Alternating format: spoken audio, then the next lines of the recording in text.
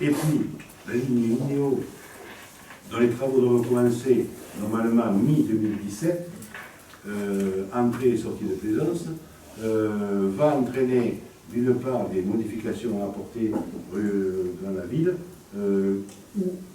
alors que Linéo va payer depuis chez Jérôme jusqu'à l'entrée de Plaisance, jusqu'au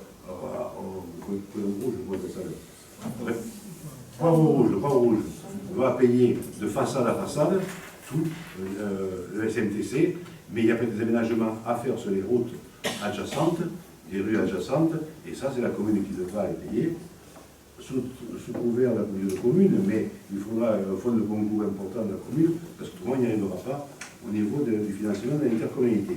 Et puis il y a aussi le fait que l'étude du pluvial va tomber à la fin de l'année, et donne des travaux à faire sur les 3 ou 4 ans avec le pluvial, et qui dit, si on prend que ce soit Béoulague ou que ce soit Prat-Dessus, 8 mai et Prat-Dessus, ça signifie que si on met un gros tuyau par rue du Prat-Dessus, il faudra refaire toute la voirie et faire à ce moment-là une voirie dans l'équivalent du centre, ce qui était fait au centre-ville, le trottoir de façade à façade, parce que les trottoirs sont comme ça, et qu'à ce moment-là, ce soit une zone 20, et où les voitures soient non prioritaires devant la poussette ou le piéton. Voilà, en 2 mots, les gros investissements, l'orientation, on pourrait dire, les gros investissements, ce que nous comptons faire dans ce budget qui prévoit donc pas mal de travaux d'accessibilité sportive, etc. Et surtout, 3,5 millions pour on peut espérer au moins 3 millions de plus de ventes de terrain de la ville, ce qui veut dire qu'on est sur une base de 6-7 millions de travaux à réaliser, en plus de tout ce qu'on prévoit cette année. Ça, à ce moment, avoir cours à un emprunt. Moi, j'en ai fini, donc je vous laisse la parole.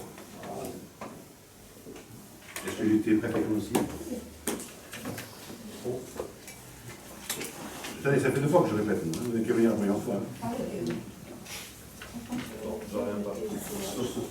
Une question, j'ai mal compris au début de votre propos au sujet du fonctionnement.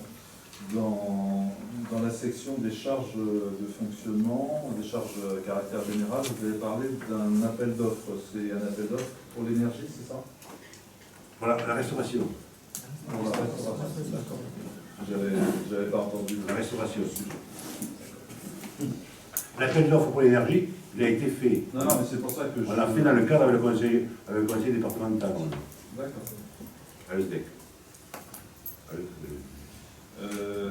Maintenant qu'on a les chiffres officiels, la dotation générale de fonctionnement donc a baissé de 13%.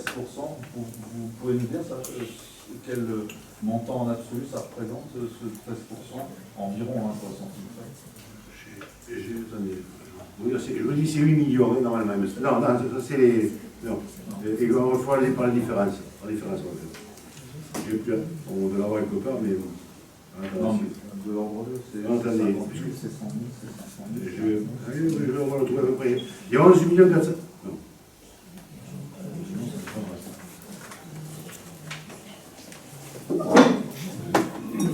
Il y a... Non, attendez, il y a 5 300 000 en tout. Et on a mis 1,6 million de CAF. Oui. Donc, si vous enlevez 5,3 millions, il reste 3,7 millions. 3,7 millions, il doit y avoir 700 000 à peu près de DSU, dont on est sur 3 millions. De DGF. Et la baisse, donc ça représente à peu près 350 000. C'est ça? Non, ça doit être un peu moins.